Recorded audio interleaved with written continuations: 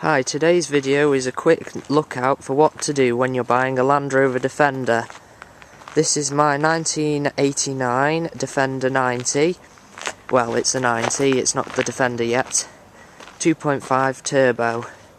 It's not an exceptionally tidy one, but as you can see, we've got a bit of rust here. This is the first place to look at when you're buying a Defender. The rear cross member. All along here, it should be rust free. And you should go along it with a hammer when buying.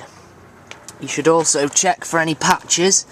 Previous patches aren't brilliant, and I know this one's had one there. It's not great. And also deformities. So this mudguard here is bent backwards slightly. It's always best to look through the back. This one's got quite a bit of surface rust on it, but generally there's no holes. You also check the swan neck here, and along there, see one of my body posts has gone there to support the back. There's a lot of mud. I've not been off-roading it. Last owner has. Along here, up to the outrigger. That's had a huge patch on it, but always check there. Also check along the turrets, because if they go, you're in trouble. Along down to the front cross member, and that's where they go quite a bit, just in there. Now the bumper on this isn't very tidy. We've got lots of holes in the bull bar and it's worn through the galvanised bit. Caught myself on that a few times too. But generally the chassis is quite good. Like I say, always look out for the turrets. Down there, that outrigger has been patched on the top, but it's generally quite good. You can see the chassis a lot better on this side, and it's very clean on this side, it's got the original paintwork still. And up here, down the swan neck there, it's had a bit of a patch, nothing too bad. And then up round the back of the rear cross member, which is very good, considering. When you're looking at these, always do check your history.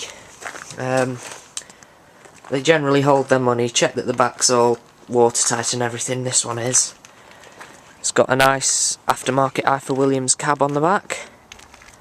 The doors have got some dints in, but it's generally all working. Just see if she'll start up. When you're doing these, just turn the key that little extra bit until that choke light comes on. Hold it for about 15 seconds, and then turn the key the rest of the way. And it should start at that. First time.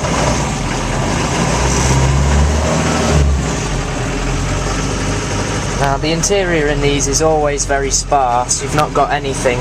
This one doesn't even have a cassette player, but when you're in them and you've got them running, always check the power steering by putting your hand on there and rocking the wheel. If you can feel any play, then generally don't go for it, or it could have problems. But this one is very good. The power steering is all fine on it. There's absolutely no play in that. Also check your gearbox, put your clutch in and put it into fifth with your handbrake on to do a little test for the clutch. It's very good, the clutch on this, so I won't do the test right now. Another point of interest is the fuse box, which is different to Series 3's.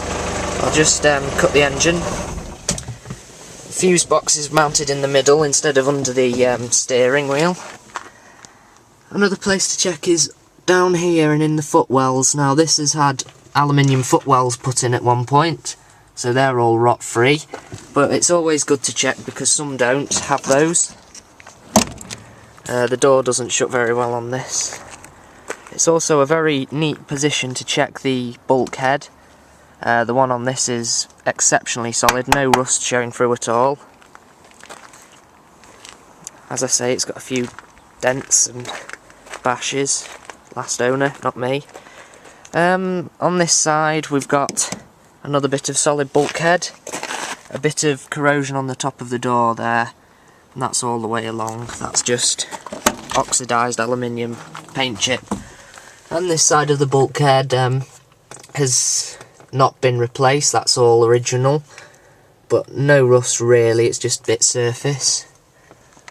There's no carpets for the eagle-eyed of you. They must have disappeared along with several other bits of it. Another point of interest, it's not really essential, but it's creature comforts. The headlining in this is terrible.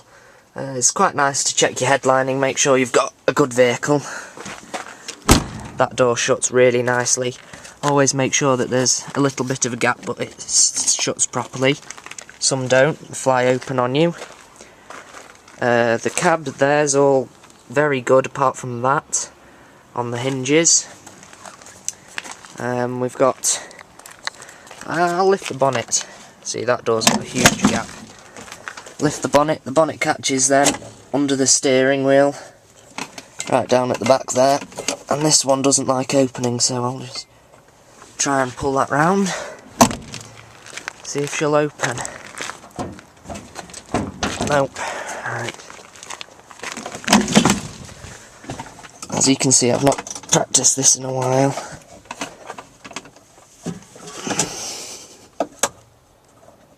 Just push that round. Right. There we go. And lift. The bonnet stays there. Pull that towards you. And there we have the 2.5 turbo diesel. It's a bit oily, but it runs mint. It's driven 165 miles last Sunday, not missed a beat. Bit smoky on start-up these, but generally they run forever. A few bits of aftermarket wiring there in the back. And that's another place in the bulkhead to look out for any rot, but there's absolutely nothing here. It's all original paintwork, no horrible bits of rust. It looks like that fuel filter's not been changed in a while. Top rails rusty. Engine. When you're buying it, always run it to temperature and take the cap off to the first turn. If there's a lot of pressure, there could be trouble with the engine, but this, there should be water in it, and there is. I filled it with antifreeze last weekend. Cold weather, you can never be too sure when it arrives. Just check that it smells okay and there's no pressure coming there. The turbo, again, quite oily, but if you want to do a thorough check, always take off the air intake and see that the fan blades inside there spin okay. Usually they do, they don't go wrong quite easy. Washer fluid in there, that's always very easy to fix. Again, the air filters down there, they could do with changing on this. I'll have to do that next weekend. Also look out for any spills on the top of the bonnet, on the underside, which might indicate any oil sprays or water sprays. On this it's generally okay. There's a little bit of oil that's splattered up, but it's usually just a loose fuel cap. This one's a power steering model, so power steering's in this little container here. I've checked that and it's all fine. Well, it's nice to just check along the pipes for any major damage or leaking. This one's got a bit of a leak, but as I just felt the steering earlier, it's fine. When you're going down with the bonnet, that just pushes forwards and then it goes down nicely. This one's quite loud. Alright, I'll just go and let that catch off.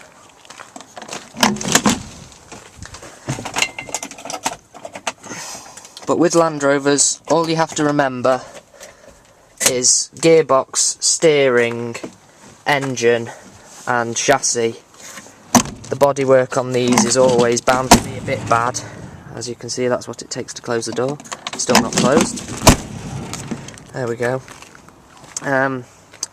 It's always nice to have working wing mirrors. These ones are fine. The overall finish of your Land Rover is always quite good, especially when you've polished it like I have. And there we have it, my 1989 short wheelbase Land Rover 90 2.5 4C turbo diesel. Thanks.